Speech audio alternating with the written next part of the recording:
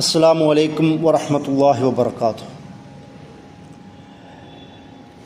മൗലാന മൗദൂദിയുടെ വൈജ്ഞാനിക വ്യവഹാരങ്ങളിൽ അദ്ദേഹം ഏറ്റവും കൂടുതൽ രചനകളും ചിന്തകളും നിർവഹിച്ച ഒരു മേഖലയാണ് ഫിഖ്ഹ്, അല്ലെങ്കിൽ ശരിയായുമായി ബന്ധപ്പെട്ട് ഇന്ത്യയിലും അതിലും പ്രധാനമായി പാകിസ്ഥാനിലുമുള്ള അദ്ദേഹത്തിൻ്റെ പ്രവർത്തനങ്ങൾ.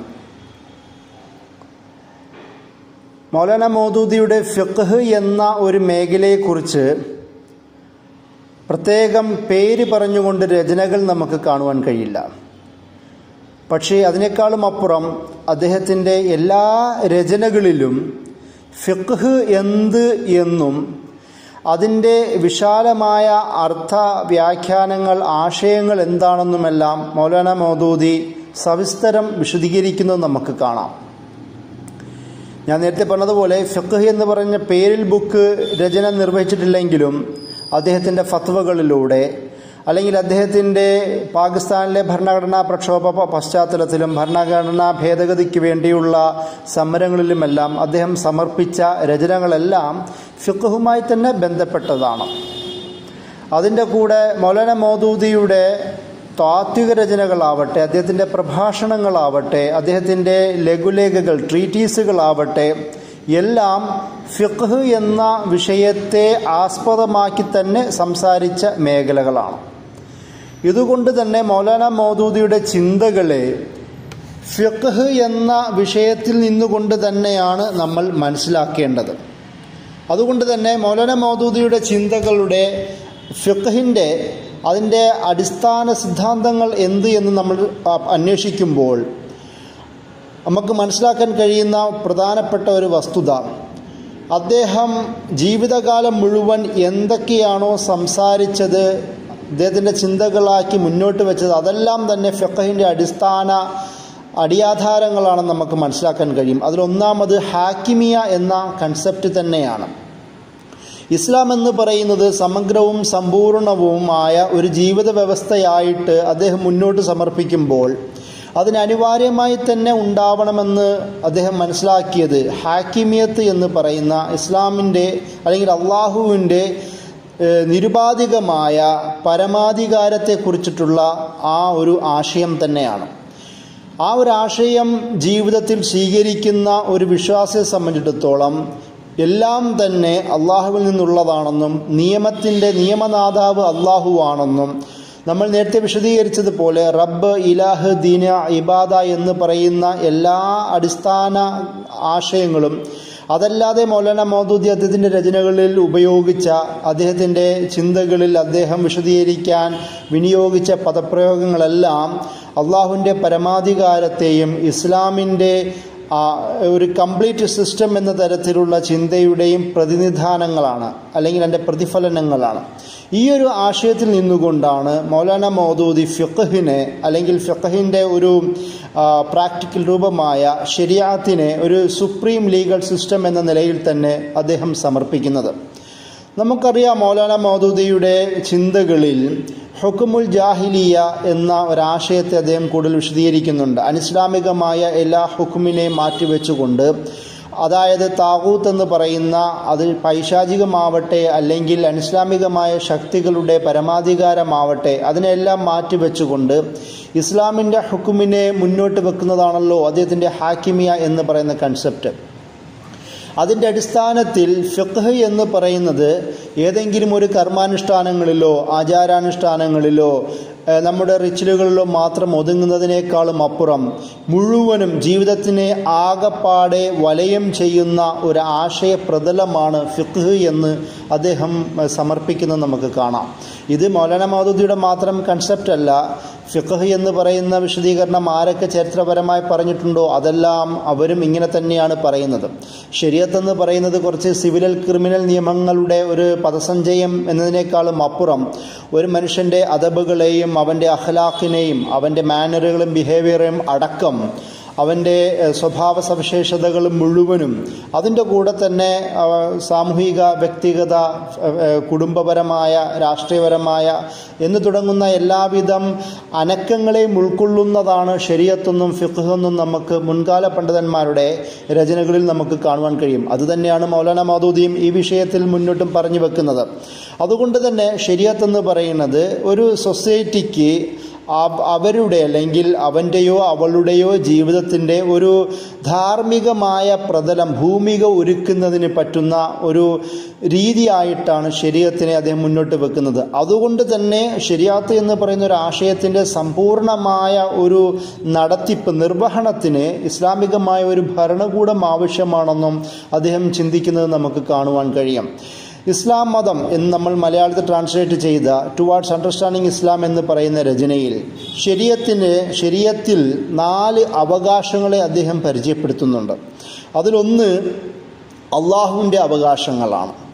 അതായത് ഒരു മനുഷ്യനിൽ നിന്ന്, അവൻ്റെ സൃഷ്ടിജാലങ്ങളിൽ നിന്ന് അള്ളാഹു, അവൻ്റെ പരമാധികാരി അല്ലെങ്കിൽ സർവശക്തൻ, ഇലാഹ്, ആരാധ്യനായ ഒരാൾ, സൃഷ്ടാവായ ഒരാൾ, പരമാധികാരിയായ ഒരാൾ, നിയന്താവായ ഒരാൾ എന്ന തലത്തിൽ എന്ന ശക്തി എന്ന തലത്തിൽ അള്ളാഹുവിന് ലഭിക്കേണ്ട അവകാശങ്ങൾ ശരീഅത്തിൻ്റെ പ്രധാന ഘടകമായി മൗലാന മൗദൂദി വിശദീകരിക്കുന്നത് നമുക്ക് കാണാം.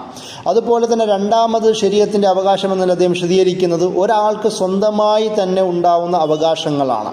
അതായത് ഒരു മനുഷ്യൻ അവൻ്റെ അവകാശങ്ങൾ അവന് ലഭിക്കണം, ആ അവകാശങ്ങൾ അത് സംരക്ഷിക്കപ്പെടണം. കാരണം വലഖദ് കറംനാ ബനി ആദം, നമുക്ക് ഖുർആനിൽ തന്നെ വിശദീകരിക്കുന്നത് കാണാം. അള്ളാഹു മനുഷ്യ മക്കളെ മുഴുവനും ആദരിച്ചിരിക്കുകയാണ്. അള്ളാഹുവാണ് മനുഷ്യനെ സൃഷ്ടിച്ചത്, അതുകൊണ്ട് തന്നെ അള്ളാഹു മനുഷ്യനെ ആദരിച്ചിരിക്കുന്നു. അള്ളാഹു ഓരോ മനുഷ്യനും അവനാവശ്യമായ അവകാശങ്ങൾ നൽകിയിരിക്കുന്നു. അത് ആ അവകാശങ്ങളുടെ സംരക്ഷണം ഉറപ്പുവരുത്തുക എന്നത് ശരീഅത്തിൻ്റെ ഒരു ലക്ഷ്യമായിട്ട് മൗലാന മൗദൂദി വിശദീകരിക്കുന്നുണ്ട്. നമുക്കറിയാം ഉസൂലുൽ ഫിഖ്ഹിൻ്റെ ചർച്ചകളിൽ ഈ അവകാശങ്ങളെക്കുറിച്ച് ഒരുപാട് വിശദീകരിക്കുന്നത് കാണുവാൻ കഴിയും. അതിൽ ഹിഫ്ള്, അതായത് സംരക്ഷണം, ഒരു ശരീഅത്ത് എന്തിനൊക്കെയാണ് സംരക്ഷിക്കുന്നതെന്ന് വിശദീകരിക്കുന്നുണ്ട്. അതൊന്ന് ഒരാളുടെ ഹിഫ്ളു ദീനാണ്, ദീനിൻ്റെ സംരക്ഷണം. അതുപോലെ തന്നെ ഹിഫ്ളുൽ അഖ്ൽ, ബുദ്ധിയുടെ സംരക്ഷണം. ഹിഫ്ളുൽ മാൽ, ധനത്തിൻ്റെ സംരക്ഷണം. ഹിഫ്ളുൽ ഇർള്, അഭിമാന സംരക്ഷണം. അതുപോലെ തന്നെ ഇന്ന് തുടങ്ങി ദീന്, ധനം, ഹിഫ്ളുൽ അദ്ൽ, നീതിയുടെ സംരക്ഷണം, കുടുംബത്തിൻ്റെ ഹിഫ്ളുൻ നസ്ൽ, കുടുംബത്തിൻ്റെ സംരക്ഷണം എന്നൊക്കെ വിശദീകരിച്ചുകൊണ്ട് ഖുർആൻ നമുക്ക് ഉസൂൽ ഫിഖ്ഹിൻ്റെ രചനകളിൽ കാണുവാൻ കഴിയും. ആ ഒരു കൺസെപ്റ്റിലേക്കാണ് മൗലാന മൗദൂദി ഒരാളുടെ തന്നെ അവകാശങ്ങൾ എന്ന രീതിയിൽ മൗലാന മൗദൂദി ഇവിടെ വിശദീകരിക്കുന്നത്. മൂന്നാമത് മറ്റുള്ളവരുടെ, അതായത് സമസൃഷ്ടികളുടെ അവകാശങ്ങൾ എന്ന നിലയിൽ മൗലാന മൗദൂദി വിശദീകരിക്കുന്നുണ്ട്. തങ്ങളുടെ അവകാശം മാത്രമല്ല, മറ്റുള്ളവർക്കും അവകാശമുണ്ടെന്നും അത് നിർവഹിക്കേണ്ടതാണെന്നും അതിൻ്റെ ഉത്തരവാദിത്വം ഓരോ മനുഷ്യനുള്ളതാണെന്നും അത് ബാധ്യതയായി കണക്ക് കൂട്ടണമെന്നും മറ്റുള്ളവരുടെ അവകാശവും കൂടി നൽകുമ്പോൾ മാത്രമാണ് ഒരാളുടെ വിശ്വാസം പൂർത്തിയാവുന്നതെന്നും മൗലാന മൗദൂദി വിശദീകരിക്കുന്നുണ്ട്. അതിന് കുടുംബം എന്ന രീതിയിലും അതുപോലെ തന്നെ അനന്തരാവകാശവുമായി ബന്ധപ്പെട്ട വിഷയത്തിലും ഫാമിലിയുടെ, കുടുംബത്തിൻ്റെ സംരക്ഷണവും അത് സുലത്തുർ റഹ്മ്, കുടുംബത്തിൻ്റെ ബന്ധത്തിൻ്റെ ഇഴ ചേർത്ത് നിർത്തുന്നതിനെക്കുറിച്ചും അതുപോലെ തന്നെ ഖതഉർ റഹ്മ, കുടുംബ ബന്ധം മുറിക്കുന്നതിനെക്കുറിച്ചുമെല്ലാം മൗലാന മൗദൂദി ഈ സമസൃഷ്ടികളുടെ അവകാശത്തെക്കുറിച്ച് സംസാരിക്കുമ്പോൾ പറയുന്നത് നമുക്ക് കാണാം. അതായത് ബാക്കിയുള്ളവരുടെ അവകാശം തങ്ങളുടെയും അവകാശവുമായി ബന്ധപ്പെട്ടതാണ്. എല്ലാവരും കുല്ലുക്കും മസ്ഊലിൻ അൻ റഅയതിഹി എന്ന് നമുക്ക് ഹദീസുകൾ കാണാം. എല്ലാവരും അവരവരുടെ കീഴിലുള്ളവരുടെ കാര്യത്തിൽ അക്കൗണ്ടബിൾ ആണ്, ചോദ്യം ചെയ്യപ്പെടുന്നതാണെന്ന് ഖുർആൻ നബി സല്ലല്ലാഹു അലൈഹി വസല്ലം വിശദീകരിക്കുന്നുണ്ട്. ആ ഒരു ആശയത്തിൽ നിന്നാണ് മൗലാന മൗദൂദി ഇത് പറയുന്നത്. അതുപോലെ നാലാമത്തെ അവകാശമായി ശരീഅത്തിൻ്റെ അവകാശമായി മൗലാന മൗദൂദി വിശദീകരിക്കുന്നത് മനുഷ്യൻ മാത്രമല്ല സകലവിധ സൃഷ്ടിജാലങ്ങൾക്കും അവരുടേതായ അവകാശങ്ങളുണ്ട്. അതും ഇസ്ലാം സംരക്ഷിക്കുന്നു, ശരീഅത്ത് അത് അവർക്ക് പ്രദാനം ചെയ്യുന്നു എന്നുള്ളതാണ്. അപ്പം ഇങ്ങനെ വളരെ വിശാലമായ അള്ളാഹുവിൻ്റെ അവകാശം, നമ്മളുടെ സ്വന്തമായ അവകാശം, നമ്മളുടെ സമസൃഷ്ടികളുടെ അവകാശം, അതല്ലാതെ തന്നെ സകലവിധ സൃഷ്ടിജാലങ്ങൾക്കുമുള്ള അവകാശം, ഇത് മുഴുവനും പ്രൊട്ടക്റ്റ് ചെയ്യുന്ന, സംരക്ഷിക്കുന്ന ഒരു സംവിധാനം, ഒരു ആശയപ്രതലമായി ശരീഅത്തിനെ മൗലാന മൗദൂദി വിശദീകരിക്കുന്നുണ്ട്. ഇതിൻ്റെ കൂടെ തന്നെ മൗലാന മൗദൂദി ഫിഖ്ഹ് എന്ന രീതിയിൽ ഞാൻ നേരത്തെ പറഞ്ഞതുപോലെ എന്താണ് ഫിഖ്ഹ്, ആ ഫിഖ്ഹിൻ്റെ അടിസ്ഥാന ആശയങ്ങൾ എന്താണ് എന്ന് മൗലാന മൗദൂദി വിശദീകരിക്കുന്നുണ്ട്. അതിൽ നമുക്കെല്ലാ ഉസൂൽ കിതാബിൻ്റെ ഉസൂൽ ഫിഖ്ഹിൻ്റെ രചനകൾ കാണുന്നത് പോലെ തന്നെ മൗലാന മൗദൂദി മുൻകാല പണ്ഡിതന്മാർ വിശദീകരിച്ച അതേ പോയിന്റുകളെ എണ്ണി പറയുന്നത് നമുക്ക് കാണാൻ കഴിയും. ഖുർആനും ഹദീസിൻ്റെയും പ്രാധാന്യം പറയുന്നതിൻ്റെ കൂടെ തന്നെ, അല്ലെങ്കിൽ അത് വിശദീകരിച്ചു, ഖുർആന് യഥാർത്ഥത്തിൽ ഫിഖ്ഹിൻ്റെ ഒന്നാമത്തെ സോഴ്സാവുന്നു, അതിൻ്റെ കൂടെ ഉള്ളതാവുന്നു സുന്നത്ത്. ഇത് നമുക്കെല്ലാവർക്കും അറിയാം, മൗലാന മൗദൂദി എടുത്ത് പറയുന്നു. അതിൻ്റെ കൂടെ തന്നെ ഇജ്മാ എന്ന് പറയുന്ന ഉസൂലുൽ ഫിഖ് അല്ലെങ്കിൽ ഫിഖ്ഹിൻ്റെ പ്രിൻസിപ്പിൾസിനെ കുറിച്ച് പറയുമ്പോൾ മൂന്നാമതായി മൗലാന മൗദൂദി ഇജ്മാഇനെ എണ്ണുന്നത് നമുക്ക് കാണുവാൻ കഴിയും. ഇജ്മാ എന്ന് പറയുന്നത് മൗലാന മൗദൂദി സമ്മതിക്കുന്നുണ്ട്, ഇസ്ലാമിൻ്റെ ഫിഖ്ഹിൻ്റെ ചരിത്രപരമായ വളർച്ചയിൽ വളരെ നിർണായകമായ റോള് വഹിച്ച ഒരു ഭാഗമാണ് ഇജ്മാ എന്ന്. ആ ഇജ്മാ ഒരു സമൂഹത്തിൻ്റെ, ഒരു ഉമ്മയുടെ ഒരു കളക്റ്റീവായ ഹിക്മത്ത്, അത് നല്ല ശരിയായ ലീഗലായ നിയമപരമായ തീരുമാനങ്ങളിലേക്ക് എത്തിക്കാൻ സാധ്യമാകുന്നു എന്ന് അദ്ദേഹം പറയുന്നുണ്ട്. അപ്പോൾ അതും എന്നിട്ട് മൗലാന മൗദൂദി ഈ ഇജ്മാ ശരിയായി നടപ്പിലാവണമെങ്കിൽ അത് ഒരു ഇസ്ലാമികമായ ഒരു ഭരണകൂടത്തിൻ്റെ ചട്ടക്കൂടിൽ നിന്ന് മാത്രമേ ശരിയാവുകയുള്ളൂ എന്ന് പറയുന്നുണ്ട്. സാധാരണ ഈ ഒരു കൺസെപ്റ്റ് ചില പണ്ഡിതന്മാർ അല്ലെങ്കിൽ മുൻകാല പണ്ഡിതന്മാർ എടുത്ത് പറയാൻ നമുക്ക് കാണുവാൻ കഴിയില്ല. അതായത് ഇജ്മാ എന്ന് പറയുന്ന ഒരു കൂട്ടം പണ്ഡിതന്മാരുടെ ഒരു അഭിപ്രായം എന്നതിനേക്കാളും അപ്പുറം ഒരു ശരിയായ ഇസ്ലാമിക സംവിധാനത്തിൻ്റെ ഫ്രെയിംവർക്കിൽ നിന്നുകൊണ്ടിട്ടുള്ള ഇജ്മാ ആണ് ഏറ്റവും ഫലപ്രദമായി അത് അവരുദ്ദേശിക്കുന്ന ലക്ഷ്യങ്ങൾ നേടാൻ കഴിയുകയുള്ളൂ എന്ന് മൗലാന മൗദൂദി പറയുന്നുണ്ട്. അതായത് കുറച്ച് ജനങ്ങളുടെ ഒരു കൺസസ് അല്ല, ഒരു ഏകാഭിപ്രായമല്ല, പകരം അതിനേക്കാളും അപ്പുറം ഇജ്തിഹാദ് എന്ന് പറയുന്ന ഒരു സുപ്രധാനമായ ഒരു യജ്ഞത്തിൻ്റെ ഭാഗമായിട്ടാണ് മൗലാന മൗദൂദി ഇത് എണ്ണുന്നത്. ഈ ഇജ്മാ കൊണ്ട് തന്നെ ഇസ്ലാമിക ലോകത്ത് ഇസ്ലാമിൻ്റെ നിയമാവലികൾ രൂപീകരിക്കുന്ന ഭാഗമായിട്ട് സംഭവിച്ച അവിടെ ആ ഭാഗങ്ങളിലെല്ലാം നമുക്ക് സംഭവിച്ച മുരടിപ്പുകളെ ഇല്ലാതാക്കുവാൻ ഈ ഇജ്മാ കൊണ്ട് സാധ്യമാവുന്നെന്നും ഒരു തരത്തിലുള്ള ഒരു ഐക്യം മുസ്ലിം സമൂഹത്തിൽ രൂപപ്പെടുവാൻ, അതായത് ഇസ്ലാമിന് വേണ്ടിയിട്ടുള്ള പ്രയത്നങ്ങളിൽ ഒരു ഐക്യം രൂപപ്പെടുവാൻ ഇജ്മാ സഹായകമായിട്ടൊന്നും മൗലാന മൗദൂദി അത് പറയുന്നുണ്ട്.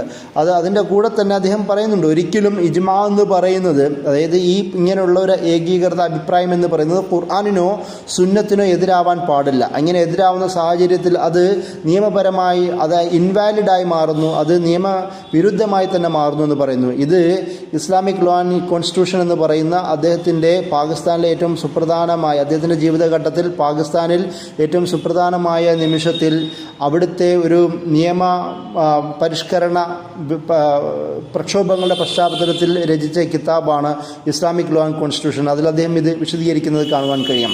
മൂന്നാമത്തെ ഇജ്മാന് ശേഷം നാലാമതായി അദ്ദേഹം ഇടുന്ന ഖിയാസാണ്. ഖിയാസിനെയും അദ്ദേഹം ഇതേപോലെ തന്നെ ഇസ്ലാമിൻ്റെ നിയമാവലികളിലെ ഏറ്റവും പ്രധാനമായ ലെജിറ്റിമേറ്റായ അനിവാര്യമായ ഒരു സോഴ്സായി തന്നെ അദ്ദേഹം അത് പരിഗണിക്കുന്നുണ്ട്. അതായത് ഇല്ലത്ത്, അതായത് എഫക്റ്റീവ് കോസ് ഉള്ള ഒരു സാഹചര്യത്തിൽ അങ്ങനെയുള്ള ഒരു പശ്ചാത്തലത്തിലാണ് ഖിയാസ് അനിവാര്യമായി മാറുന്നതെന്നും ഇത് എന്ത് ചെയ്യുന്നു, ഇല്ലത്തിൻ്റെ കറക്റ്റായ ശരിയായ ഒരു ഐഡൻറ്റിഫിക്കേഷനെ അനുസരിച്ച് കൊണ്ടാണ് അത് ഖിയാസ് നിലനിൽക്കുന്നതെന്നും അദ്ദേഹം പറയുന്നുണ്ട്. നേരത്തെ പറഞ്ഞതുപോലെ ഖുർആനും സുന്നത്തും നിയമപരമായി എല്ലാം നിയമാനുസൃതമായ ഇജ്മാനു ശേഷം വളരെ അനിവാര്യമായും കണക്കുകൂട്ടേണ്ട ഒരു ഭാഗമായിട്ട് അദ്ദേഹം ഖിയാസിനെ പരിഗണിക്കുന്നുണ്ട്. അതിൻ്റെ കൂടെ തന്നെ ഹിക്മത്തും നമ്മൾ ഉദ്ദേശിക്കുന്ന ഉദ്ദേശ ലക്ഷ്യങ്ങളും അതായത് മഖാസിദുകളും എല്ലാം ശരിയാവുന്ന ഒരു സാഹചര്യത്തിലാണ് ഇല്ലത്ത് പരിഗണിക്കപ്പെടുക. അതല്ലാത്ത ഇല്ലത്ത് ശരിയാവുകയില്ല. ഇല്ലത്തെന്ന് വെച്ചാൽ അതിൻ്റെ ഒരു കാരണം, ശരിയായ കാരണം പരിഗണിക്കപ്പെടുകയില്ല എന്നും അദ്ദേഹം വിശദീകരിക്കുന്നുണ്ട്. ഈ ഖിയാസ് എന്ന് പറയുന്നത്, ഖിയാസിൻ്റെ അർത്ഥം ഒരു താരതമ്യം എന്നുള്ളതാണ്. ഓൾറെഡി നബിയുടെ കാലത്തുണ്ടായിരുന്ന തെളിവുകൾ ഉദാഹരണം എടുത്തുകൊണ്ട് പുതുതായൊരു സാഹചര്യം ഉണ്ടാകുമ്പോൾ അതിനെ പുതിയ സാഹചര്യത്തോട് സമീകരിച്ചുകൊണ്ട് തീരുമാനമെടുക്കുന്നതിനെയാണ് ഖിയാസ് എന്ന് പറയുന്നത്. എന്നാൽ പോലും ആ എടുക്കേണ്ട കോസ് ഏത് പശ്ചാത്തലമാണോ അത് ശരിയായി മൗലികമായി ശരീഅത്തിന് അനുസൃതമാവുന്ന രീതിയിലാവണമെന്നാണ് മൗലാന മൗദൂദി ഈ വിഷയത്തിൽ പ്രത്യേകമായും പറഞ്ഞു വെക്കുന്നത്. അതിനൊരിക്കലും മിസ്യൂസ് ചെയ്യാൻ പാടുള്ളതല്ല. അതിൻ്റെ ഇസ്ലാം ഉദ്ദേശിക്കുന്ന ശരിയായ അതിൻ്റെ യഥാർത്ഥ മാനത്തിൽ നിന്ന് മാറിക്കൊണ്ടിട്ടുള്ള ഒരു ദുരുപയോഗം ഖിയാസിനുണ്ടെങ്കിൽ അത് സൂക്ഷിക്കണമെന്ന് മൗലാന മൗദൂദി പ്രത്യേകം പറയുന്നുണ്ട്. ആ ഒരു വിഷയത്തിൽ ഖിയാസിൽ സൂക്ഷിക്കേണ്ട ചില കാര്യങ്ങളിൽ മൗലാന മൗദൂദി പറയുന്ന കാര്യം, ഖുർആനിനും സുന്നത്തിനും ഇത് പറയുന്ന ശരിയായ ടെക്സ്റ്റിന് എതിരാവാൻ ഖിയാസ് പാടില്ല.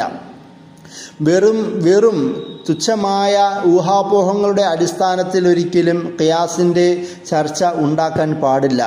അതുമാത്രമല്ല, ശരിയാത്തിൻ്റെ ശരിയായ ഉദ്ദേശ്യ ലക്ഷ്യങ്ങൾക്ക് വിരുദ്ധമായ ഒരു ഉൽപ്പന്നം, ഒരു ഔട്ട്കം ഈ ഖിയാസ് കൊണ്ട് സംഭവിക്കാൻ പാടില്ല എന്നും മൗലാന മൗദൂദി വിശദീകരിക്കുന്നുണ്ട്. അതായത് ഖിയാസ് എന്ന് പറയുന്ന അടിസ്ഥാന സോഴ്സ് ആണെങ്കിൽ പോലും അത് ഇസ്ലാമിൻ്റെ മൗലികമായ ആശയങ്ങളോടും ടെസ്റ്റിനോടും വിരുദ്ധമാവുന്ന തരത്തിലേക്ക് തീരുമാനങ്ങൾ ഉണ്ടാവാൻ പാടില്ല എന്ന് പറയുന്നു. അതായത് ഇസ്ലാമിൻ്റെ അടിസ്ഥാന സോഴ്സുകളുടെ സംരക്ഷണമാണ് മൗലാന മൗദൂദി അതിലൂടെ ഉദ്ദേശിക്കുന്നത്.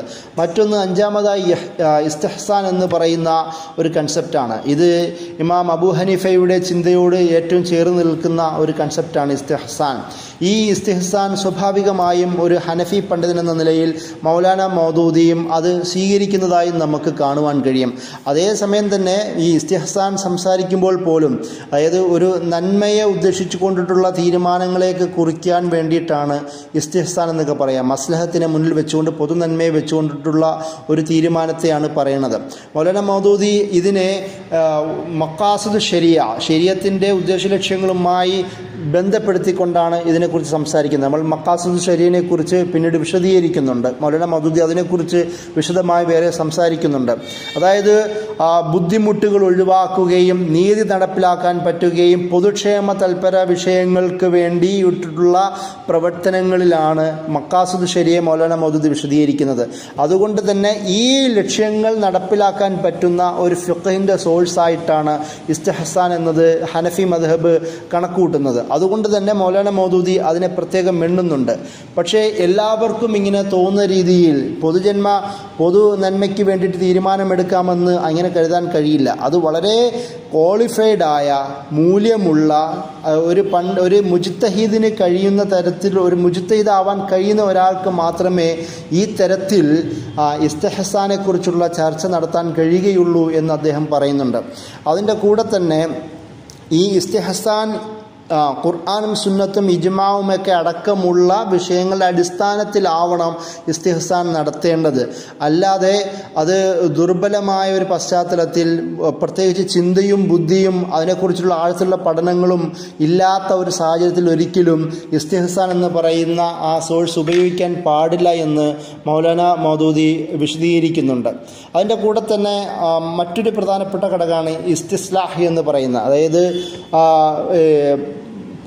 പൊതു നന്മയുമായി ബന്ധപ്പെട്ട മാലിക്കി മദ്ഹബിൽ ഏറ്റവും പ്രധാനപ്പെട്ട ഒരു ടേമാണ് ഇസ്തിസ്ലാഹ് എന്ന് പറയുന്നത്. ഇതിനെയും മൗലാന മൗദൂദി കൂടുതൽ വിശദീകരിക്കുന്നത് കാണുവാൻ കഴിയും. അതിൻ്റെ അനിവാര്യമായ ജെനുവിനായ വളരെ യാഥാർത്ഥ്യബോധമുള്ള ഒരു ആവശ്യകത ഉണ്ടാവുക, അതുപോലെ തന്നെ ഇസ്ലാമിൻ്റെ പ്രിൻസിപ്പിൾസുമായി ശരീഅയുമായി വളരെ നല്ല ബന്ധം കീപ്പ് ചെയ്യാൻ കഴിയുന്ന ഒരു കൺസെപ്റ്റ് ആയി മാറുക, ഇസ്ലാമിൻ്റെ ശരീഅത്തിൻ്റെ ഉദ്ദേശലക്ഷ്യങ്ങൾക്ക് മഖാസിദ് ശരീഅയ്ക്ക് അതിൻ്റെ മൗലികതയ്ക്ക് വിരുദ്ധമായ ഒരു ആശയം അതിൽ നിന്ന് രൂപപ്പെടാതിരിക്കുകയും ചെയ്യുക. അതുപോലെ തന്നെ വ്യക്തിഗത താല്പര്യങ്ങൾക്കല്ല ഇസ്തിസ്ലാഹ് ഉപയോഗിക്കുന്നത്, പകരം പബ്ലിക് ഇൻട്രസ്റ്റിന് വേണ്ടിയിട്ടാണ്, ഉമ്മയുടെ പൊതുവായ മുസ്ലിം സമൂഹത്തിൻ്റെ പൊതു ലക്ഷ്യങ്ങൾക്ക് വേണ്ടിയാണ്. ഏതെങ്കിലും ചെറിയ ഗ്രൂപ്പുകൾക്കോ ഏതെങ്കിലും വ്യക്തികൾക്കോ വേണ്ടിയിട്ടല്ല, എല്ലാവർക്കും ഉപയോഗിക്കാൻ പറ്റുന്ന തരത്തിലുള്ളൊരു ഫിഖ്ഹി കാഴ്ചപ്പാടാണ് ഇസ്തിസ്ലാഹായിട്ട് അദ്ദേഹം വിശദീകരിക്കുന്നത്. അദ്ദേഹം മൗലാന മൗദൂദി ഒരു സമകാലിക ലോകത്ത് പുതിയ സാമ്പത്തിക സംവിധാനങ്ങളുമായി ബന്ധപ്പെട്ട വിഷയങ്ങളിലും ഭരണ സംവിധാനങ്ങളുമായി ബന്ധപ്പെട്ട വിഷയങ്ങളിലും സാമൂഹിക സംഘാടനവുമായി ബന്ധപ്പെട്ട വിഷയങ്ങളിലുമെല്ലാം ഈ പറയുന്ന ഇസ്തിസ്ലാഹ് പൊതുനന്മയുമായി ബന്ധപ്പെട്ട ചർച്ചകൾ നമുക്ക് ഉപയോഗിക്കാം എന്ന് വിശദീകരിക്കുന്നത് നമുക്ക് കാണാം. അതുപോലെ തന്നെ ഇസ്തിസ്ഹാബ് എന്ന് പറയുന്ന മറ്റൊരു പ്രധാനപ്പെട്ട സോഴ്സും മൗലാന മൗദൂദി വിശദീകരിക്കുന്നുണ്ട്. ഷാഫി മദ്ഹബിലാണ് ഇത് കൂടുതൽ കൈകാര്യം ചെയ്യപ്പെടുന്നത്. അതായത് സീക്കിംഗ് കമ്പാനിയൻഷിപ്പ് എന്നൊക്കെയാണ് ഇതിൻ്റെ ഭാഷാപരമായ അർത്ഥം. അതായത് ഇതിൻ്റെ ഒരു കൺസെപ്റ്റ് എന്താണെന്ന് വെച്ചാൽ, ഓൾറെഡി തന്നെ ഒരു ഫാക്റ്റ് നിലവിലുണ്ട്. അതിന് എതിരായിട്ട് ഒരു നിയമമോ നസ്സോ വരുന്ന കാലത്തോളം വരെയും ആ ഒരു തീരുമാനം നമുക്ക് ഹലാലായി മാറുന്നു, അല്ലെങ്കിൽ അനുവദനീയമായി മാറുന്നു, അല്ലെങ്കിൽ അത് സ്വീകരിക്കാൻ പറ്റുന്ന ഒരു സാഹചര്യമായി മാറുന്നു. ഇങ്ങനെയുള്ളതിനാണ് ഇസ്തിഹ്സാബ് എന്ന് പറയുന്നത്. അതായത് മൗലാന മൗദൂദി വിശദീകരിക്കുന്നുണ്ട്. അതായത് എല്ലാ കാര്യങ്ങളും അനുവദനീയമാണ്, അത് ഹറാമാണെന്ന് അത് പ്രൂവ് ചെയ്യുന്നത് വരെയും അത് അനുവദനീയമാവുന്നു. അത് നമുക്ക് ഫിഖ്ഹിൻ്റെ ഉസൂൽ ഫിഖ്ഹിൻ്റെ കിതാബുകൾ കാണാം. അൽ അസ്ലു ഫിൽ അഷിയാഇ മുബാഹ്, എല്ലാ കാര്യങ്ങളുടെയും അടിസ്ഥാനം അനുവദനീയമാണെന്നുള്ളതാണ്. അതായത് മുആമലാത്ത്, ഒരു മനുഷ്യൻ്റെ ജീവിത വ്യവഹാരങ്ങളിൽ അത് അനുവദനീയമാവുന്നു. അതിൽ ഹറാമുകളാവുന്ന വേണ്ടാത്ത വൃത്തികേടുകൾ കാര്യങ്ങൾ കലരുന്നതോടുകൂടിയിട്ടാണ് അതിൻ്റെ ഹറാമിനെക്കുറിച്ചുള്ള ചർച്ചകൾ ഉയരുന്നതെന്ന് ഫിഖ്ഹിൽ ഉസൂൽ ഫിഖ്ഹിൻ്റെ കിതാബുകൾ വിശദീകരിക്കുന്നുണ്ട്. അതിനെക്കുറിച്ചിട്ടാണ് ഇസ്തിഹാബ് എന്ന് പറയുന്ന ഫിഖ്ഹിൻ്റെ ഈ ഉസൂൽ ഫിഖ്ഹിൻ്റെ ഈ ടേം കൈകാര്യം ചെയ്യപ്പെടുന്നത്. അതുപോലെയാണ് അത് അടുത്ത ഏറ്റവും പ്രധാനമായ മറ്റൊരു ഭാഗമാണ് ഉറുഫ് എന്ന് വിളിക്കുന്ന, അല്ലെങ്കിൽ മനുഷ്യൻ്റെ സാമ്പ്രദായിക നാട്ടുനടപ്പുമായി ബന്ധപ്പെട്ട ചർച്ചകൾ. ഇതിനെയും ഉസൂൽ ഫിഖ്ഹിൻ്റെ കിതാബുകൾ പോലും നിയമസാധുതയുള്ളതായി എണ്ണുന്നതായി നമുക്ക് കാണുവാൻ കഴിയും. എന്നാൽ പോലും മൗലാന മൗദൂദി അതിന് ചില കണ്ടീഷൻസ് വെക്കുന്നുണ്ട്. അതൊരിക്കലും ഒരു ഉറഫ് എന്ന് പറഞ്ഞാൽ ഉസൂൽ ഫിഖ്ഹിൻ്റെ ഭാഷയിൽ ഒരു നാടൻ സമ്പ്രദായം അത് ഇസ്ലാമിൻ്റെ അടിസ്ഥാന സോഴ്സുകൾക്ക് വിരുദ്ധമാവാത്തിടത്തോളം കാലം അത് അനുവദനീയമാകുന്നു എന്നാണ്.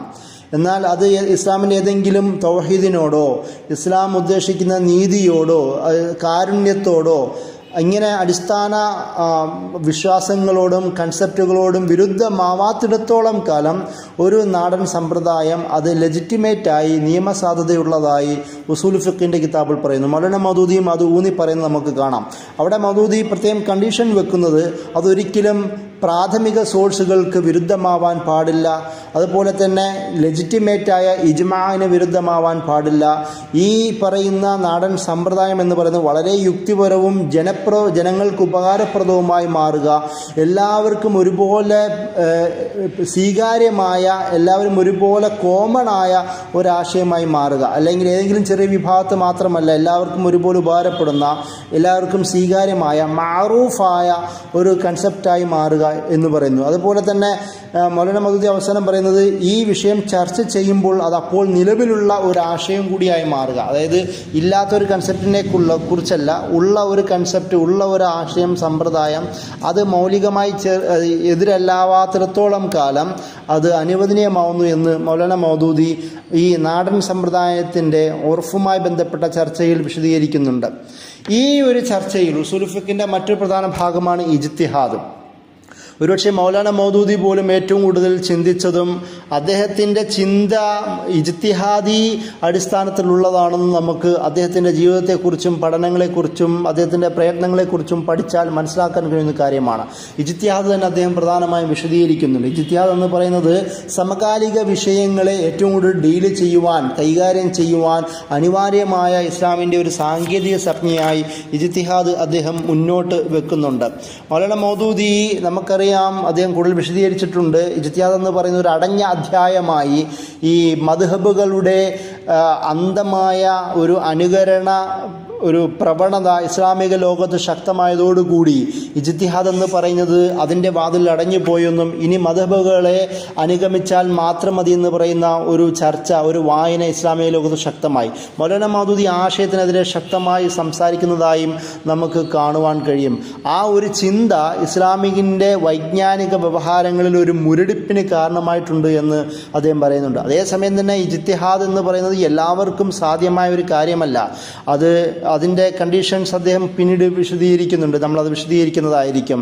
മൗലാന മൗദൂദി അത് പറയുന്നുണ്ട്. ട്രെയിനിങ് വേണം, ഇസ്ലാമിന് ഖുർആനെ കുറിച്ച് വിശദമായ അറിവ് അത്യാവശ്യമാണ്. മൗലാന മൗദൂദി ഓരോന്നെണ്ണുന്നുണ്ട്. അതായത് ഒരു മുജ്തഹിദിന് പ്രധാനമായും ഉണ്ടാവേണ്ട ആദ്യത്തെ ധാരണ അത് ഖുർആനും സുന്നത്തും എന്ന് പറയുന്നത് ഡിവൈനാണ്, ദൈവികമാണ്. ഖുർആൻ ദൈവികമാണ്, സുന്നത്ത് അള്ളാഹു അള്ളാഹുവിൻ്റെ റസൂലിൻ്റെ ജീവിതചര്യയാണ് എന്ന് പറയുന്ന ധാരണ ആദ്യം ഉണ്ടാവണം. അതായത് അത് മറ്റൊരു സോഴ്സിൽ നിന്നും ഞാൻ നിയമമെടുക്കുകയില്ല. നിയമവും അതിൻ്റെ ധാർമ്മികവുമാവട്ടെ, നിയമമാവട്ടെ, സോഷ്യലാവട്ടെ, ക്രിമിനലാവട്ടെ, എന്താവട്ടെ, എല്ലാം ആശയങ്ങൾ രൂപപ്പെടേണ്ടത് മുഴുവനും ഇസ്ലാമിൻ്റെ ഡിവൈൻ ലോയിൽ നിന്നാണ്, ഇസ്ലാമിൻ്റെ ദൈവികമായ നിയമത്തിൽ നിന്നാണ് എന്ന് പറയുന്ന ധാരണ അത് ശരിയായ വിശ്വാസത്തോടു കൂടി ഒരു മുജ്തഹിദിനുണ്ടാവണമെന്ന് മൗലാന മൗദൂദി കണ്ടീഷൻ വെക്കുന്നതായി നമുക്ക് കാണാം. അതുപോലെ തന്നെ അറബിക് ഭാഷയിലുള്ള ജ്ഞാനം, അതുപോലെ തന്നെ ആ വിഷയവുമായി ബന്ധപ്പെട്ട വിവിധ നിയമങ്ങളും അതിൻ്റെ സാഹിത്യങ്ങളെക്കുറിച്ചുമുള്ള ജ്ഞാനം, അറബി ഭാഷയും അതിലുള്ള വിവിധ വായനകളെക്കുറിച്ചുള്ള ഒരു ബോധം ഉണ്ടാവണം. അതിൻ്റെ കൂടെ തന്നെ ഖുർആനും സുന്നത്തും എന്ന് പറയുന്നത് ഒന്നിച്ചുള്ളതാണെന്നും അത് പരസ്പരം മനസ്സിലാക്കണമെന്നും, അതിൻ്റെ കൂടെ തന്നെ ഖുർആനിൻ്റെ സുന്നത്തിൻ്റെയും പൊതുവായ വിഷയങ്ങളും ഖാസായ സ്പെഷ്യലായ പശ്ചാത്തലവും അതിൻ്റെ കോണ്ടക്സ്റ്റും ശരിയായി മനസ്സിലാക്കണമെന്നും മൗലാന മൗദൂദി മുജ്തഹിദിൻ്റെ കണ്ടീഷനായി എണ്ണുന്നുണ്ട്. അതിൻ്റെ കൂടെ തന്നെ മറ്റൊരു പ്രധാനമായ കാര്യം, നാലാമതായി മൗലാന മൗദൂദി എണ്ണുന്നത് മുൻകാല മുജ്തഹിദുകളുടെ പ്രയത്നത്തെയും പരിശ്രമങ്ങളുടെയും അവരുടെ സംഭാവനകളെക്കുറിച്ചും വളരെ വ്യക്തമായ ധാരണ ഉണ്ടാവണം. എന്നാൽ മാത്രമാണ് ഇജ്തിഹാദിൻ്റെ സമകാലികമായ വായനയ്ക്കും പരിശ്രമത്തിനും സാധ്യമാവുള്ളൂ എന്ന് മൗലാന മൗദൂദി പറയുന്നുണ്ട്. അതിൻ്റെ കൂടെ അഞ്ചാമതായി മൗലാന മൗദൂദി മുജ്തഹിദിൻ്റെ കണ്ടീഷനായി എണ്ണുന്നത് സമകാലിക ജീവിതത്തിലെ പ്രശ്നങ്ങൾ മനസ്സിലാക്കാൻ കഴിയണം. ആ പ്രശ്നങ്ങൾ മനസ്സിലാക്കിയാൽ മാത്രം പോരാ, ഈ പ്രശ്നങ്ങൾക്ക് ഇസ്ലാമികമായിട്ടുള്ള വായന എന്താണെന്നും അതിൻ്റെ ഒരു സൊല്യൂഷന് പരിഹാരങ്ങൾ എങ്ങനെ കണ്ടെത്താമെന്നുമുള്ള ചിന്തയും ബോധവും അതുമായി ബന്ധപ്പെട്ട അടിയാധാരങ്ങളും നിയമങ്ങളും വ്യക്തമായ ധാരണയുണ്ടാവണം. ഇതിൻ്റെ കൂടെ തന്നെ ആറാമതായി മൗലാന മൗദൂദി മുജ്തഹിദിൻ്റെ സ്വഭാവമായി എണ്ണുന്നത് ഈ നിയമത്തെക്കുറിച്ചുള്ള ധാരണ മാത്രമല്ല, അള്ളാഹുവിൻ്റെ കിതാബാണെന്നും സുന്നത്ത് നബിയുടെ ചര്യയാണെന്ന് മനസ്സിലാക്കിയാൽ മാത്രം പോരാ, അതിനാവശ്യമായ അത് ജീവിതത്തിൽ പ്രതിഫലിക്കാൻ പറ്റുന്ന തരത്തിലുള്ള സ്വഭാവവും കൂടി ഉണ്ടാവണമെന്ന് മൗലാന മൗദൂദി എണ്ണി പറയുന്നുണ്ട്. എന്നാൽ അതായത് ആ തരത്തിലുള്ളൊരു അദബ്, സ്വഭാവ സവിശേഷത ഇല്ലാത്ത ഒരാൾക്ക് മുജ്തഹിദാവാൻ കഴിയില്ല. ഈമാനുള്ളവൻ്റെ ജീവിതത്തിൽ അതിൻ്റെ ഒരു പ്രതിഫലനം ഉണ്ടാവണം. ആ പ്രതിഫലനവും ബാക്കിയുള്ള വിവരവും ഉണ്ടായാൽ മാത്രമേ ഒരാൾക്ക് മുജ്തഹിദ് ആവാൻ കഴിയുള്ളൂ എന്ന് പറയുന്നുണ്ട്. മൗലാന മൗദൂദി കുറിച്ചിട്ടുള്ള മൗലാന മൗദൂദി ക തസവ്വുർ ഇജ്തിഹാദിൻ്റെ കാഴ്ചപ്പാടിനെ കുറിച്ചുള്ള ഒരു പഠനം, ഈ പഠനത്തിലാണ് ഈ ഒരു വിശദീകരണം എണ്ണി പറയുന്നത്. അതിൻ്റെ കൂടെ തന്നെ മൗലാന മൗദൂദി ഇജ്തിഹാദിനെ കുറിച്ച് പറയുമ്പോൾ ഇത് ക്വാളിഫൈഡ് ആയ വ്യക്തികളാണ് ഇതിൽ ഇടപെടാൻ കഴിയുള്ളൂ. ഈ വിഷയത്തെക്കുറിച്ച് വ്യക്തമായ ധാരണയില്ലാത്തവർ ഇജ്തിഹാദിൽ ഇടപെടുമ്പോൾ പ്രശ്നങ്ങൾ ഉണ്ടാകുമെന്ന് അദ്ദേഹം പറയുന്നുണ്ട്. കളക്റ്റീവ് ഇജ്തിഹാദിനെ കുറിച്ച് പറയുന്നുണ്ട്. നേരത്തെ നമ്മൾ ഇജ്മാഇനെ കുറിച്ച് പറഞ്ഞതുപോലെ ഒരുമിച്ചിരുന്നു കൊണ്ട് ഒരു മുസ്ലിം സമൂഹത്തിന് ഉപകാരമാവുന്ന, വളരെ ബാലൻസ്ഡ് ആവുന്ന, എല്ലാവർക്കും സ്വീകാര്യമാവുന്ന തരത്തിലുള്ള പരിഹാരങ്ങൾ നിർദ്ദേശിക്കാൻ കഴിയുന്ന തരത്തിലൊരു കളക്റ്റീവായ ഒരു സംയുക്തമായ ഇജ്തിഹാദിനെ കുറിച്ചും മൗലാന മൗദൂദി പറയുന്നത് നമുക്ക് കാണുവാൻ കഴിയും. അതുപോലെ തന്നെ ഇജ്തിഹാദിൻ്റെ പ്രധാന ഒരു കൺസെപ്റ്റായി മൗലാന മൗദൂദി എണ്ണുന്നത് അത് ഈ ഖുർആനിൻ്റെ ആശയങ്ങളെ ശരിയായി നടപ്പിലാക്കാൻ കഴിയുന്ന ധാരണ അയാൾക്കുണ്ടാവണം. അതുപോലെ തന്നെ ഇനിയും നമ്മുടെ മുമ്പിൽ കാണാൻ കഴിയാത്ത ദീർഘവീക്ഷണമുള്ള ഒരു കാഴ്ചപ്പാട് അയാൾക്കുണ്ടാവണം. അതിൻ്റെ കൂടെ തന്നെ മഖാസിദ് ശരിയ, ശരീഅത്തിൻ്റെ ഉദ്ദേശ ലക്ഷ്യങ്ങളെ പ്രാധാന്യം കൊടുക്കാനും പ്രാമുഖ്യം കൊടുക്കുവാനും അയാൾക്ക് കഴിയണം. അതിൻ്റെ കൂടെ തന്നെ തഖ്ലീദ് എന്നതിനെ ശക്തമായി വിമർശിക്കുന്നത് നമുക്ക് കാണുവാൻ കഴിയും. ഒരേ സമയം തഖ്ലീദിനെ അറിവില്ലാത്ത ഒരാളാണെങ്കിൽ തഖ്ലീദിനെ അംഗീകരിക്കുകയും, അതായത് ഒരു പാമരനായ ഒരാളാണെങ്കിൽ അത് ഏത് മദ്ഹബിനെ പിൻപറ്റുന്ന ആളാവട്ടെ, അയാൾക്ക് ആ തഖ്ലീദ് ചെയ്യാമെങ്കിലും പക്ഷേ വിവരമുള്ള ഒരാൾ കൂടുതൽ പഠിക്കുവാനുള്ള ഒരു ശ്രമം നടത്തണമെന്നും പറയുന്നുണ്ട്. അതേസമയം തന്നെ തഖ്ലീദ് ചെയ്യുന്ന ഏതെങ്കിലും ഒരു മദ്ഹബിനെ അനുഗമിക്കുന്ന ഒരാൾ ഒരിക്കലും തൻ്റെ മദ്ഹബാണ് സുപ്പീരിയർ എന്നും ആ മദ്ഹബ് ആ മദ്ഹബാണ് ശരിയെന്നും ആ മദ്ഹബിനെ എതിർക്കുന്നവരൊക്കെ തെറ്റാണെന്നുമുള്ള ഒരു കാഴ്ചപ്പാടാണെങ്കിൽ അത് ഒരിക്കലും ശരിയല്ല, അത് പലപ്പോഴും ഷിർക്കിൻ്റെ സ്വഭാവത്തിലേക്ക് എത്തിച്ചേരുമെന്നും മൗലാന മൗദൂദിയുടെ തർജുമാനുൽ ഖുർആനിൽ അദ്ദേഹത്തിൻ്റെ റസായിലോ മസായിൽ ചോദ്യോത്തരവേളയിൽ അദ്ദേഹം മറുപടി പറയുന്നത് നമുക്ക് കാണുവാൻ കഴിയും. അപ്പോൾ അതും കൂടെ നമ്മൾ മനസ്സിലാക്കണം. തഖ്ലീദ്, ഇജ്തിഹാദിൻ്റെ വിഷയത്തിൽ തഖ്ലീദ് പ്രധാനമായ വിഷയമാണ്. മൗലാന മൗദൂദി പ്രത്യേകം എടുത്ത് പറയുന്നുണ്ട്. മൗദൂദി സ്വന്തം തന്നെ സംഘടന ജമാഅത്ത് ഇസ്ലാമി രൂപീകരിക്കുമ്പോൾ മൗലാന മൗദൂദി ഈ വിഷയം എടുത്ത് പറയുന്നുണ്ട്. ഞാനൊരു ഹനഫി പണ്ഡിതനാണ്, ഹനഫി കാഴ്ചപ്പാടിൽ ആകൃഷ്ടനാണ്, എന്നാൽ എൻ്റെ സ്വന്തമായ തീരുമാനങ്ങൾ എനിക്കുണ്ട്, അത് സംഘടന എന്ന നിലയിൽ നിങ്ങൾക്കാർക്കും അത് ബാധ്യതയുള്ളതല്ല എന്ന് മൗലാന മൗദൂദി പ്രത്യേകം എടുത്ത് പറയുന്നതും കാണുവാൻ കഴിയും. അതായത് സ്വന്തമായി തന്നെയുള്ള കാഴ്ചപ്പാടുകൾ മറ്റുള്ളവരിൽ അടിച്ചേൽപ്പിക്കുവാൻ പോലും മൗലാന മൗദൂദി എന്ന് പറയുന്ന മുജ്തഹിദ് അദ്ദേഹം ശ്രമിച്ചിരുന്നില്ല എന്നാണ് സംഘടനാ രൂപീകരണ പശ്ചാത്തലത്തിൽ പോലും അദ്ദേഹം പറയുന്നത്. അതിൻ്റെ കൂടെ തന്നെ നമുക്ക് ഈ ഒരു ചർച്ച ഹനഫി മദ്ഹബ് ആവട്ടെ ബാക്കിയുള്ള എല്ലാ മദ്ഹബുകളെയും വളരെ ആദരവോടുകൂടി കണ്ടതാണ്.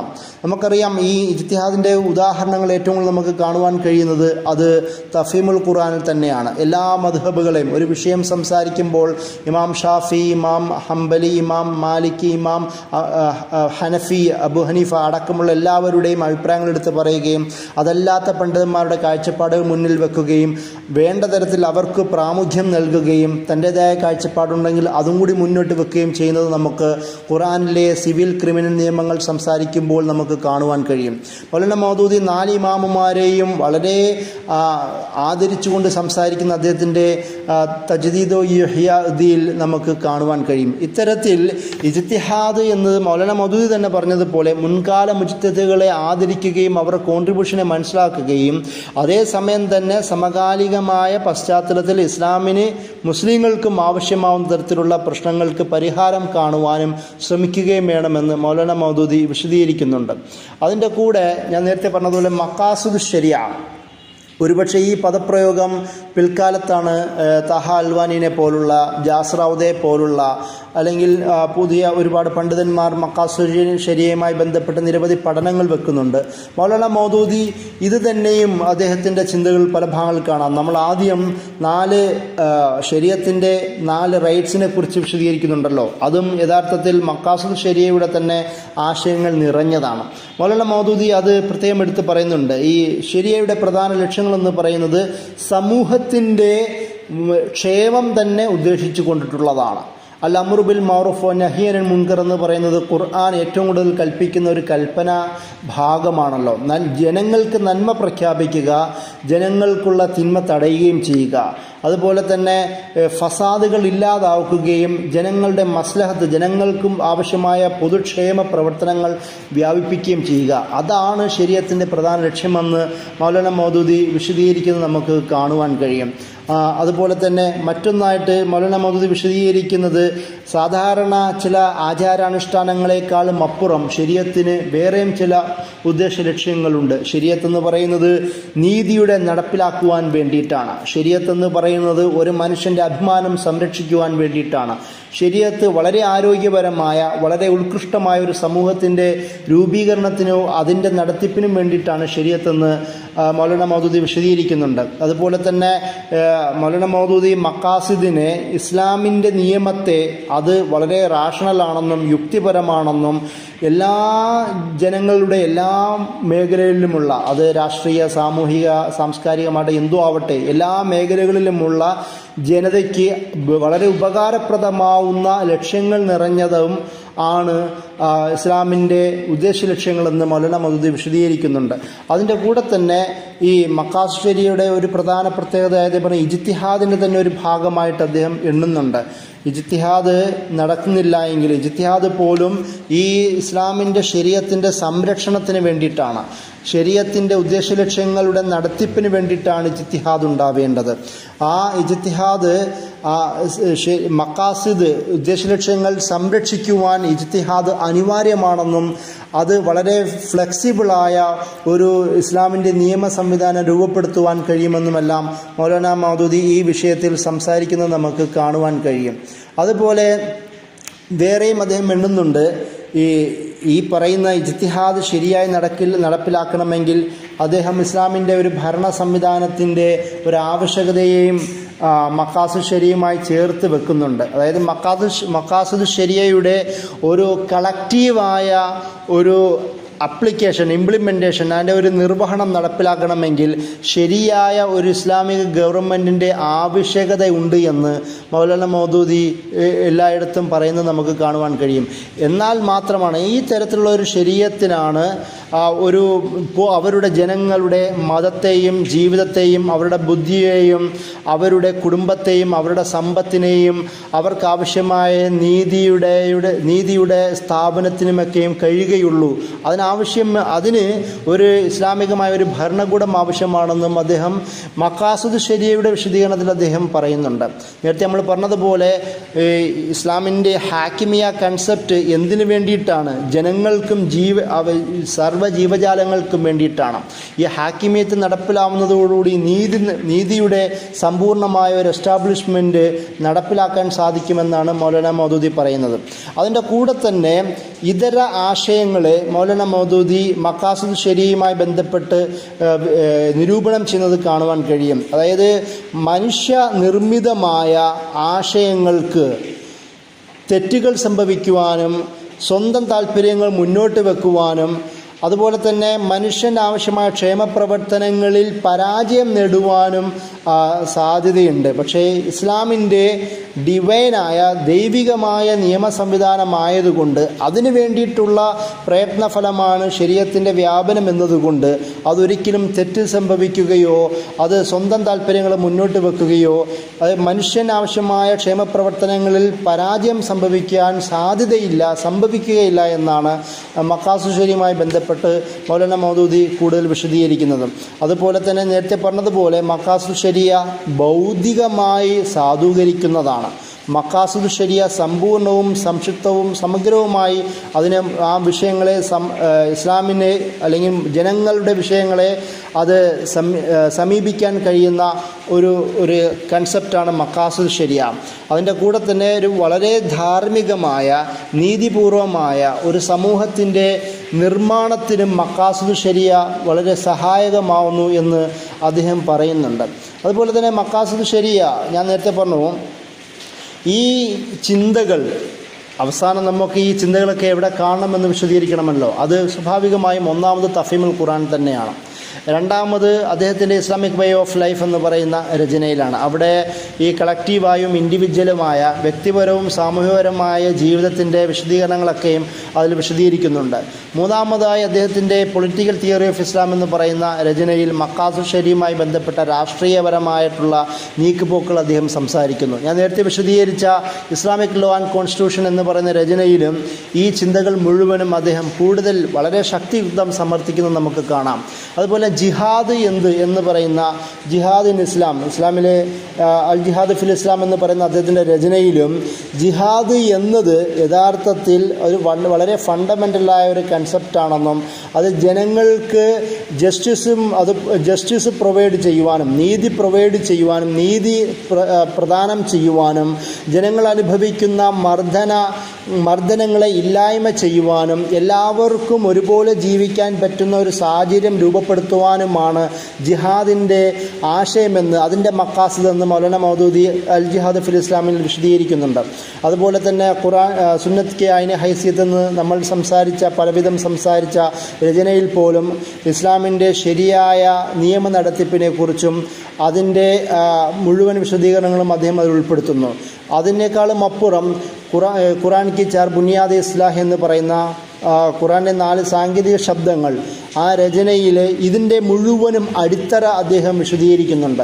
അതുപോലെ തന്നെ ഖിലാഫത്തും രാജവാഴ്ചയും എന്ന് പറയുന്ന രചനയിലും ഹാക്കിമിയത്ത് എന്താണെന്നും ആ ഭരണ സംവിധാനത്തിൻ്റെ ഉദ്ദേശലക്ഷ്യങ്ങൾ എന്താണെന്നും അത് ഖിലാഫത്ത് എന്ന് പറയുന്ന മനുഷ്യൻ്റെ അള്ളാഹുവിൻ്റെ ഭൂമിയിലെ പ്രാതിനിധ്യത്തിൻ്റെ ലക്ഷ്യങ്ങൾ എന്താണെന്നും മൗലാന മൗദൂദി അവിടെ വിശദീകരിക്കുന്നുണ്ട്. ഇങ്ങനെ ഫിഖ്ഹുമായി ബന്ധപ്പെട്ട നിരവധി രചനകൾ നടത്തുകയും അതിനാവശ്യമായ ചിന്തകൾ പ്രദാനം ചെയ്യുകയും ചെയ്ത ആളാണ്. നമ്മൾ നേരത്തെ പറഞ്ഞ പോലെ അദ്ദേഹത്തിൻ്റെ റസായിലും മസായിലും ഫത്വകളുടെ കളക്ഷനുണ്ട്. അദ്ദേഹത്തിൻ്റെ അഭിമുഖങ്ങൾ നമുക്ക് വേറെ കാണുവാൻ കഴിയും. അതല്ലാതെ തന്നെ നിരവധി ചർച്ചകളിലൂടെയും അദ്ദേഹത്തിൻ്റെ പാണ്ഡിത്യം ഫിഖ്ഹ് എന്ന് പറയുന്ന മേഖലയിലെ പാണ്ഡിത്യം പാകിസ്ഥാനിലെ ജനത വളരെ സവിശേഷമായി തന്നെ പ്രാക്ടിക്കലായി നേരിൽ കണ്ടതും കൂടാണ്. അതുകൊണ്ട് തന്നെ ഭരണകൂടം പോലും, അവിടുത്തെ കോടതികൾ പോലും മൗലാന മൗദൂദിയെ അവലംബിക്കുന്ന തരത്തിലേക്ക് ചിത്രം മാറുന്ന ഒരു സാഹചര്യവും കൂടി നമുക്ക് പാകിസ്ഥാനിൽ അവിടെ കണ്ടതും കൂടാണ്. ഈ തരത്തിൽ മൗലാന മൗദൂദി എന്ന് പറയുന്ന ഒരു സവിശേഷമായ ഫിഖ്ഹ് എന്ന മേഖലയിൽ ഇസ്ലാമിക ലോകത്ത് 20-ാം നൂറ്റാണ്ടിലും ഇനി വരുന്ന നൂറ്റാണ്ടുകളിലും വളരെ സവിശേഷമായ സംഭാവനകൾ അർപ്പിച്ച ഒരു പണ്ഡിതൻ എന്ന നിലയിൽ മൗലാന മൗദൂദിയെ മനസ്സിലാക്കണമെന്നാണ് ഈ ക്ലാസ്സിൻ്റെ പ്രധാന ലക്ഷ്യം. ഇത്രയും പറഞ്ഞുകൊണ്ട് ഞാൻ എൻ്റെ വാക്കുകൾ അവസാനിപ്പിക്കുന്നു. വാഖിർ ദഅ്വാനാ അൽഹംദുലില്ലാഹി റബ്ബിൽ ആലമീൻ. അസ്സലാമു അലൈക്കും.